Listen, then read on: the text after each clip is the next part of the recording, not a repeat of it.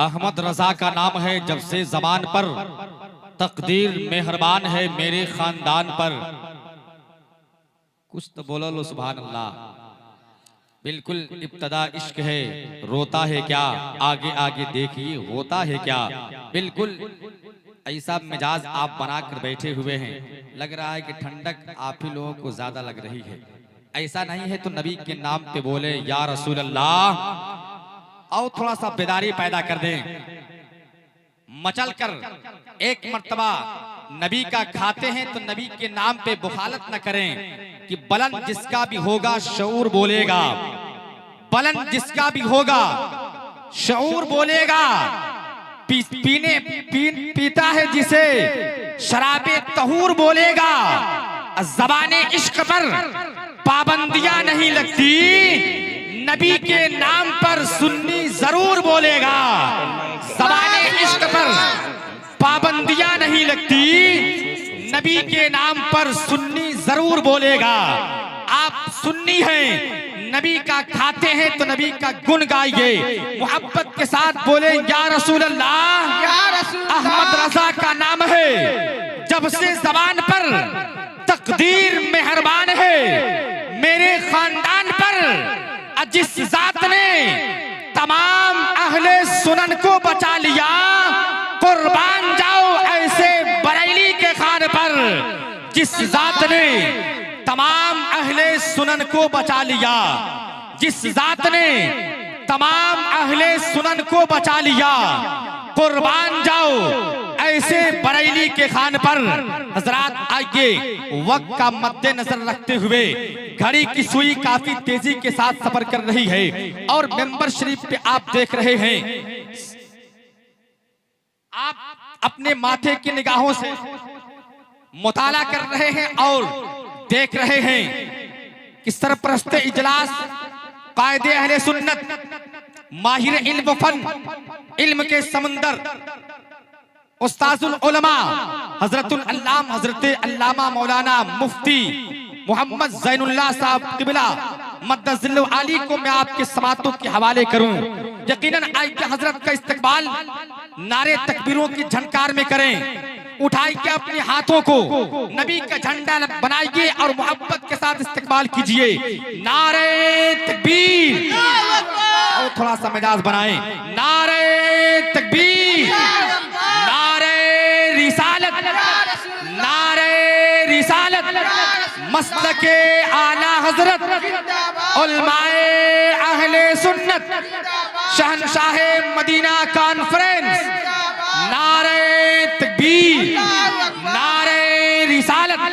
अदब के साथ मैं हजरत को कुर्सी खिताबत करूं कि क्या समझ पाए कोई सरवरी सरकार की, क्या समझ पाए कोई सरवरी सरकार की। कर रहा है सारा आलम नौकरी सरकार की, और आप भी अपने दिल में जलाएं उनकी यादों का चिराग। आपके घर भी रोज होगी हाजिरी सरकार की, आपके घर भी रोज होगी हाजिरी सरकार की।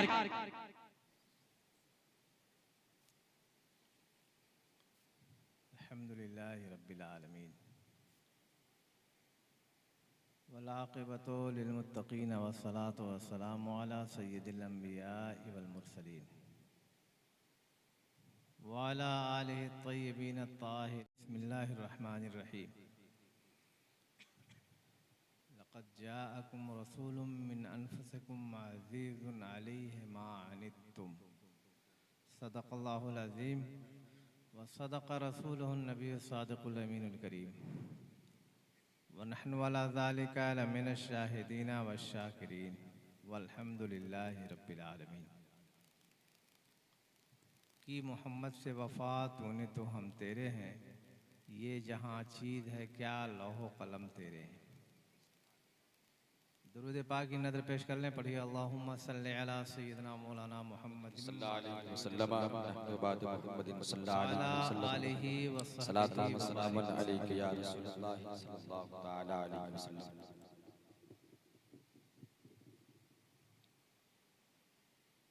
गुज़श्ता साल भी आपकी महफिल में हाजिर हुआ था।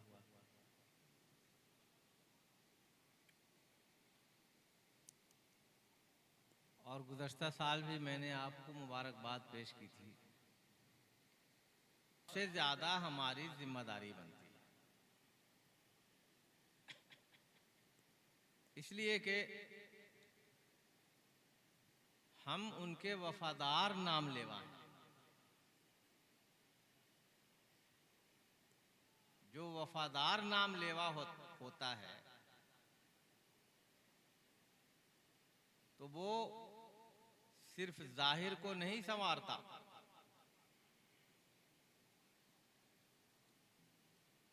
अपने घर में चिरागा करके सिर्फ अकीदत का इजहार नहीं करता, बल्कि उनकी सीरत को, उनकी बातों को, उनके किरदारो अमल को अपनी जिंदगी में उतार कर अपने बातिन को भी रोशन और साफ सुथरा करता है। बेशक, सुभान अल्लाह, सुभान अल्लाह।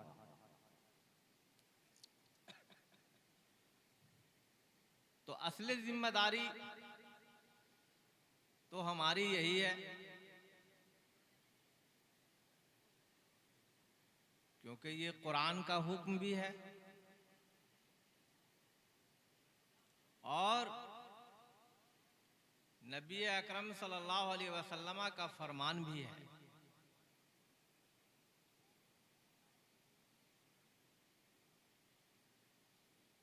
रब तबारक व तआला ने फरमाया, मन यत्तबिर रसूल फ़क़द अता अल्लाह,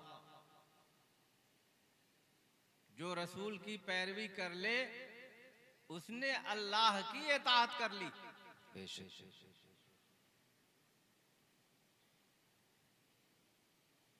तो हम अगर अपने जाहिर को मुअत्तर कर लें कि हम जिस गली से गुजरे गलियां महकने लगे और हमारे बातिन के अंदर बुग़्ज़ मौजूद हो, हसद मौजूद हो, कीना मौजूद हो, अदावत मौजूद हो, तो ये जाहिर की सफाई हमारे किस काम की?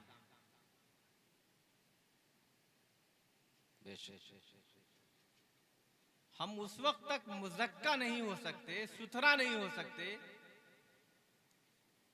और महकदार नहीं हो सकते जब तक कि हमारा अंदर न साफ सुथरा हो जाए। बेशक, माशाअल्लाह। तो हमें सबसे ज्यादा उस पर तवज्जो की जरूरत है।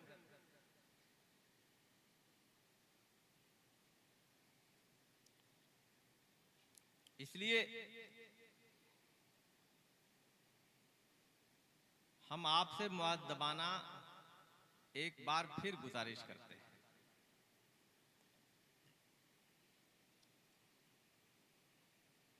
कि जाहिर में जो हमारा सुथरा दिख रहा है, लिबास हमारा साफ सुथरा है, घर मकान हमारा साफ सुथरा है, खाना पीना हमारा साफ सुथरा है,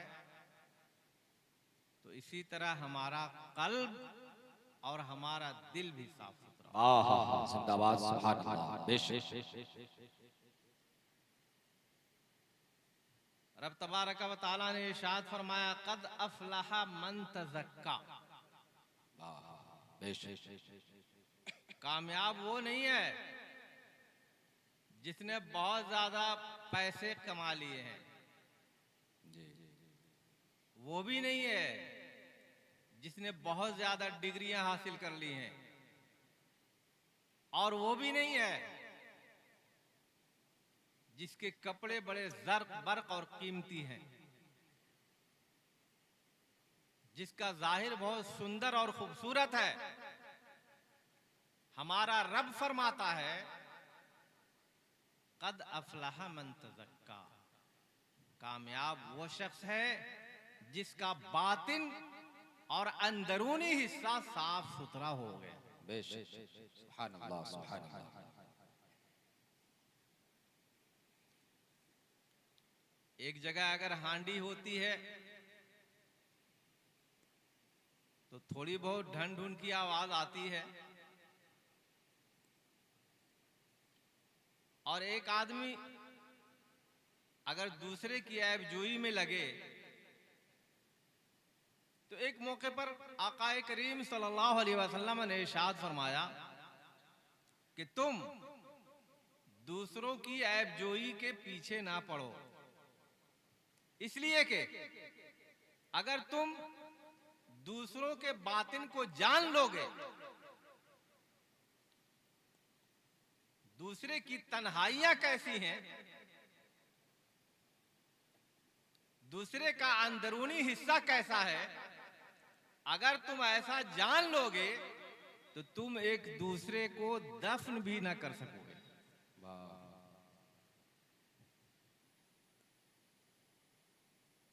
तो हमें यह हुक्म है, ला तजस्ससु, एक दूसरे की टोह में ना पड़ो।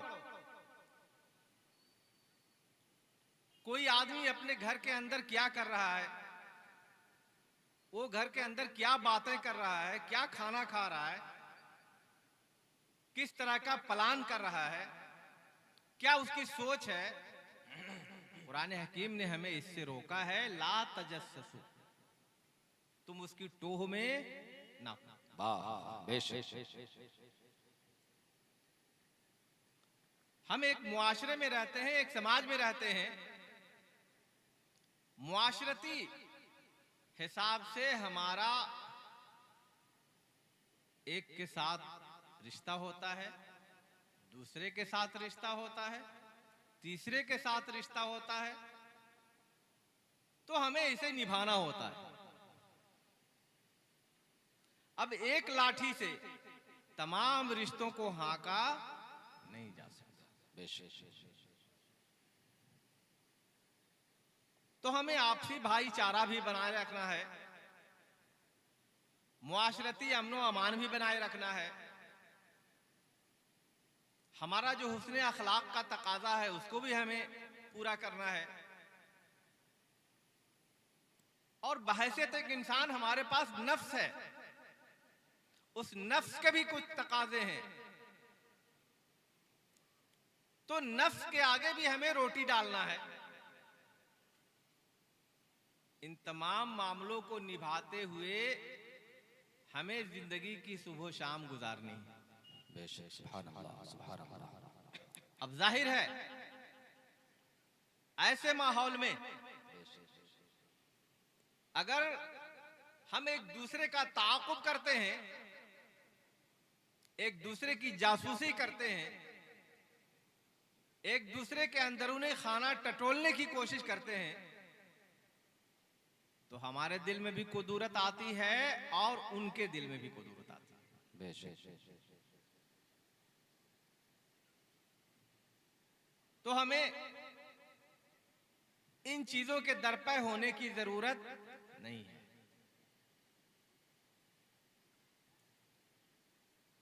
कुरान हकीम की जो आयत मैंने आपके सामने रखी,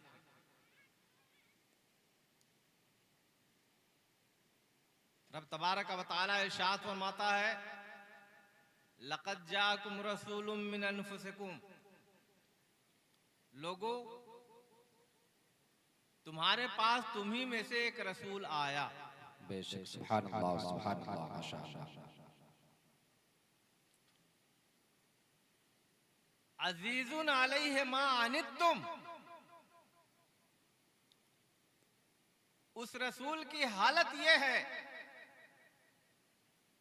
कि कभी तुमने उस रसूल पर कूड़े डाले हैं, उस रसूल की हालत यह है कि कभी तुमने उसके रास्ते में कांटे बिछाए हैं, उस रसूल की हालत यह है कि हरम में तुमने उसकी गर्दन पर ओझड़ी डाली है, उस रसूल की हालत यह है कि उस रसूल के लिए तुमने बाइकाट किया है, उनके कत्ल का मंसूबा तुमने बनाया है, लेकिन तुम्हारे तई उस रसूल की क्या सोच है? उस रसूल की सोच ये है कि अजीजुन अलैहि मा अनित्तुम, तुम्हारा मशक्कत में पड़ना उस रसूल पर बहुत भारी है।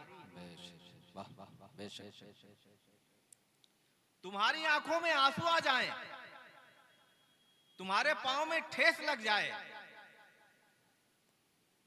तुम फाका करने लगो, ये उस रसूल पर बहुत गिरां है, उस रसूल पर बहुत भारी है। मशक्कत में तुम पड़ रहे हो, लेकिन दिल उस रसूल का दुखता है। कांटा तुम्हारे पांव में चुभता है, लेकिन आंखों से आंसू रसूल के निकलते हैं। उस रसूल की खूबी ये है, वो रसूल सुबह से लेकर शाम तक तुम्हें याद करता है। जब वो गारे हिरा में होता है, वो नोकीले पत्थर पर सिजदा करता है तो तुम्हें याद करता है। है माशाअल्लाह। वो रसूल जब रात की तन्हाइयों में सारी दुनिया सोती है, जिस्म की थकान दूर करती है, तो वो तुम्हें याद करके अपनी आंखों से आंसुओं का सैलाब बहाता है। उस रसूल की खूबी ये है। तो वो रसूल तुम्हारा मशक्कत में पड़ जा, तुम्हारा मशक्कत में गिरफ्तार होना कभी भी बर्दाश्त नहीं करता। ये हमें और हमारी नस्लों को सोचने की जरूरत है। उस रसूल का हमारे ऊपर क्या हक बनता है? क्या कहने माशाअल्लाह। क्या उस रसूल का हक सिर्फ इतना है कि उस रसूल के नाम पे जलसा कर लिया जाए, उस रसूल के नाम पे चिरागा कर लिया जाए, उस रसूल के नाम पे झंडियां लगा ली जाएं, उस रसूल के नाम पे नारे लगा लिए जाएं? क्या उस रसूल का हक हमारे ऊपर सिर्फ इतना ही बनता है? मेरे मोहतरम बुजुर्ग और दोस्तों, ये हमें सोचने की जरूरत है, हमें इस पर गौर करने की जरूरत है। आप देखिए, जंग हुई है, मुसलमानों को गलबा हुआ है, कुफ्फार गिरफ्तार हुए हैं। उन्हीं में से एक नबी अकरम सल्लल्लाहु अलैहि वसल्लम के चचा हजरत अब्बास भी हैं। वो गिरफ्तार होकर मदीना लाए गए हैं। उस जमाने में जंग का जो कानून था वो ये था कि अगर एक फौज दूसरी फौज के लड़ने वालों को, जवानों को गिरफ्तार करे तो वो वाजिबुल कत्ल होते थे। तो हजरत अब्बास गिरफ्तार हुए हैं और उनके साथ मक्के के हजारों शुरफा हैं। मदीने शरीफ में जब ये काफिला पहुंचा है तो रात हो चुकी थी। फैसला ये हुआ कि इन कैदियों को एक कमरे में बंद कर दिया जाए और इनके बारे में फैसला कल होगा। वहीं हजरत उमर भी मौजूद थे। हजरत उमर ने फरमाया, या रसूल अल्लाह, ये वो लोग हैं जिन्होंने हमें घर से भगाया है, ये वो लोग हैं जिन्होंने हमसे बीवियों को अलग किया है, ये वो लोग हैं जिन्होंने हमारे बाप दादा की जमीनें छीन ली हैं हमसे। हमारा जुर्म ये था कि हमने इस्लाम का कलमा पढ़ा। तो इस जुर्म की पादाश में इन्होंने हमारे ऊपर बहुत ज्यादती की। मक्के की जमीन वुसअत के बावजूद हम पर तंग कर दी। या रसूल अल्लाह, अल्लाह ने आज हमें इन पर कुदरत दी है, हमें मौका है कि हम इनसे बदला ले लें। और ए अल्लाह के रसूल, मेरा मशवरा यह है कि इनमें कोई हमारा चचा है, इनमें कोई हमारा भाई है, इनमें हमारा कोई अजीज है, इनमें हमारा कोई रिश्तेदार है। या रसूल अल्लाह, मेरा मशवरा यह है कि हम में से हर आदमी उसको कत्ल करे जो हमारा सबसे करीबी रिश्तेदार। यह मशवरा हजरत उमर का है, जिनके बारे में इरशाद फरमाया गया कि अगर मेरे बाद कोई नबी होता तो वो उमर होते। उनका मशवरा है ये। और आज जो अजान कही जाती है ना, मस्जिदों से जो अजान कही जाती है, ये हजरत उमर का ही मशवरा था। ये उन्हीं का ख्वाब था जो इस्लाम का एक कानून बना है। तो नबी अकरम सल्लल्लाहु अलैहि वसल्लम ने महफिल बर्खास्त कर दी कल के लिए। लेकिन रात में ऐसा हुआ कि कैदियों का जो हुजरा था वो नबी अकरम सल्लल्लाहु अलैहि वसल्लम के हुजरे से 10-15 कदम के फासले पे था। चूंकि वो मैदान जंग से पकड़ के लाए गए थे, उनमें से कुछ के हाथ बंधे हुए थे, कुछ के पांव बंधे हुए थे, क्योंकि वो तो मुजरिम थे, वो जंगी कैदी थे। और उस जमाने में जंग का कानून यही था कि मैदान जंग से जिनको गिरफ्तार किया जाए, जिन्हें कैद किया जाए, उन्हें कत्ल कर दिया जाए। उस जमाने के जंग का कानून यही था। लेकिन कुर्बान जाओ, रात हुई, नबी अकरम सल्लल्लाहु अलैहि वसल्लम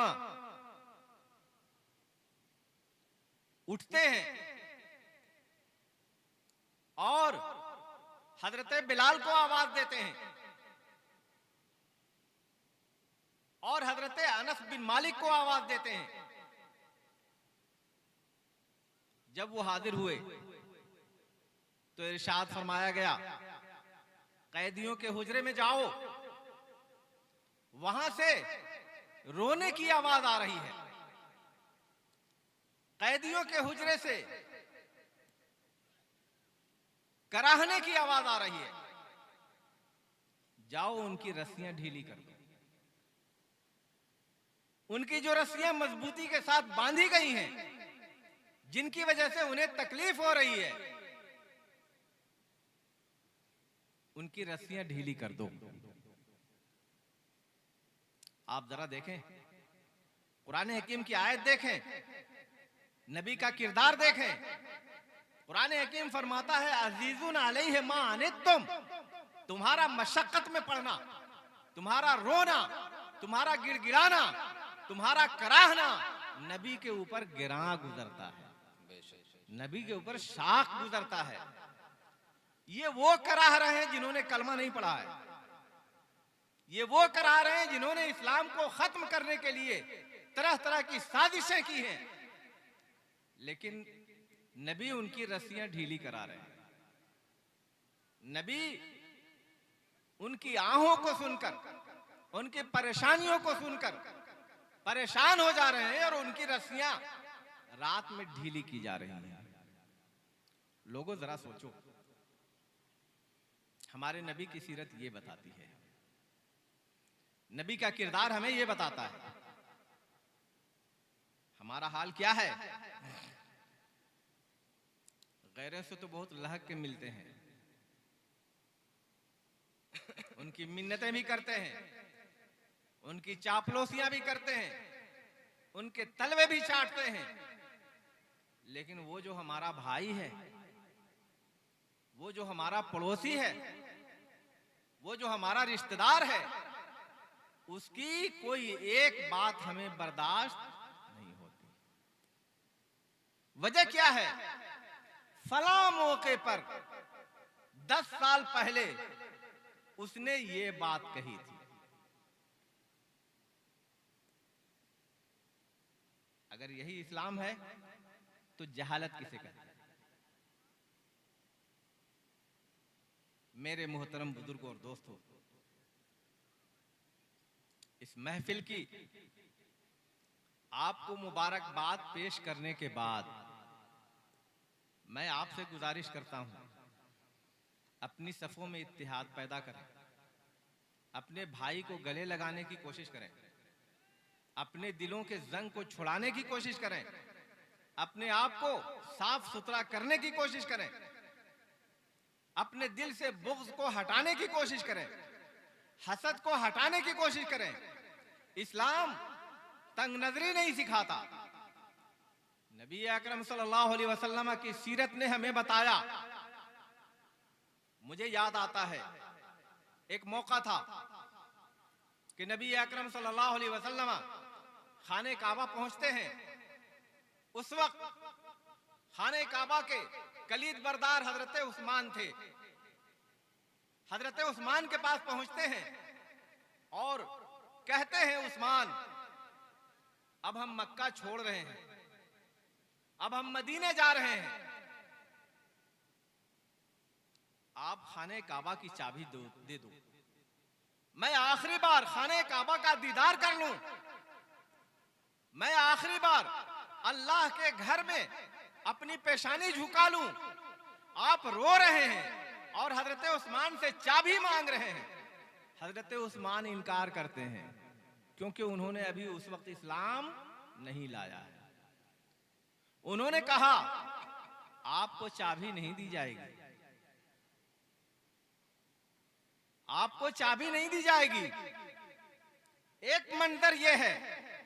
दूसरा मंजर यह है कि नबी अकरम सल्लल्लाहु अलैहि वसल्लम उसी खाने काबा में फातिहाना शान के साथ दाखिल होते हैं, मक्का को फतह करते हैं, उस्मान को बुलाते हैं।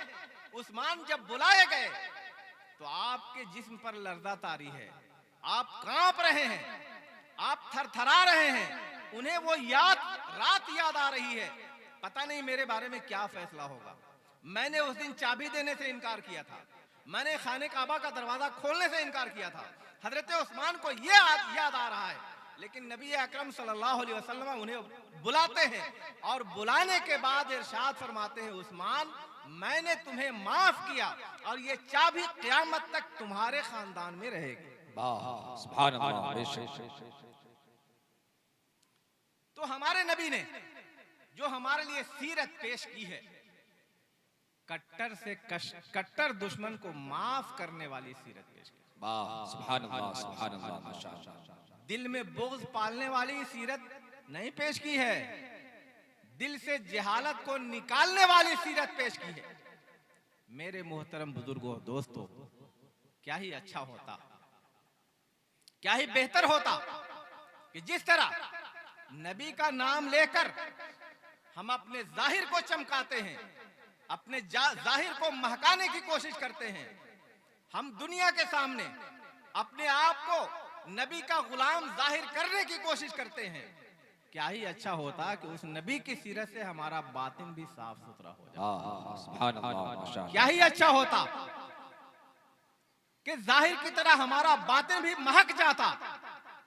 नबी की सीरत में वो मकनातीसियत है, वो जाज़बियत है, वो कशिश है कि अगर नबी की सीरत हम अपने आप के अंदर उतार लें तो आप यकीन जाने हमारी दुनिया भी कामयाब हो जाए, हमारी आखिरत भी कामयाब हो। बेशक बेशक, सुभान अल्लाह। ये किस्से लतीफ अभी ना तमाम है, जो कुछ बयां हुआ आगाज़ बाब था। अल्लाह रब्बुल इज़्ज़त की बारगाह में हम दुआ करते हैं कि रब तबारक व तआला हमारे जाहिर और हमारे बातिन दोनों को साफ सुथरा रखे। रब तबारक व तआला हमारी सफ़ों में इत्तेहाद कायम करे। रब तबारक व तआला हमारे दिलों को कीना और हसद की गलाजतों से पाक साफ और सुथरा कर दे। रब तबारक व तआला हमारी इन बातों को कबूल फरमाए, इसे हमारे लिए ज़रिए निजात और तोश आखिरत बनाए। वमा अलैना इल्लल बलाग।